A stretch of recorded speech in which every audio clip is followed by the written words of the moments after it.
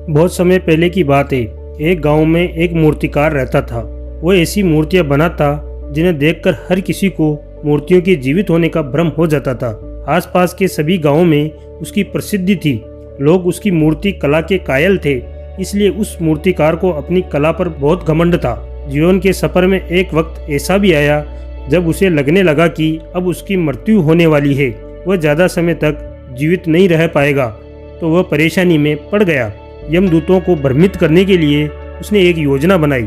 उसने हुबहू अपने जैसी 10 मूर्तियां बनाई और खुद उन मूर्तियों के बीच जाकर बैठ गया। यमदूत जब उसे लेने आए तो एक जैसी 11 आकृतियों को देखकर दंग रह गए। वे पहचान नहीं कर पा रहे थे कि उन मूर्तियों में से असली मनुष्य कौन है। वे सोचने लगे, अब क्या किया जाए। अगर मूर्तिकार के प्राण नहीं ले सके तो सृष्टि का नियम टूट जाएगा और सत्य परखने के लिए मूर्तियों को तोड़ा गया तो कला का अपमान हो जाएगा। अचानक एक यमदूत को मानव स्वभाव के सबसे बड़े दुर्गुण अहंकार को परखने का विचार आया। उसने मूर्तियों को देखते हुए कहा, कितनी सुंदर मूर्तियां हैं, लेकिन मूर्तियों में एक त्रुटि है। खास मूर्ति बनाने वाला मेरे सामने होता तो मैं उसे बताता मूर्ति बनाने में क्या गलती हुई है। ये सुनकर मूर्तिकार का अहंकार जाग उठा।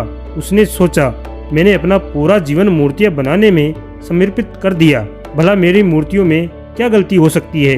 वह बोल उठा, कैसी त्रुटि। झट से यमदूत ने उसे पकड़ लिया और कहा, बस यही गलती कर गए तुम। अपने अहंकार में की बेजान मूर्तियां बोला नहीं करती। इतिहास गवाह है, अहंकार ने हमेशा इंसान को परेशानी और दुख के सिवा कुछ नहीं दिया। कहने का तात्पर्य है कि इंसान को कभी भी घमंड नहीं करना चाहिए। घमंड चाहे पैसे का हो या अपनी योग्यता का। जिस किसी भी इंसान ने घमंड और अभिमान किया है, उसकी नाव डूबी है और उसका सर्वनाश हुआ है। तो दोस्तों, ये थी आज की कहानी आपको कैसी लगी हमें कमेंट बॉक्स में कमेंट करके बताएं।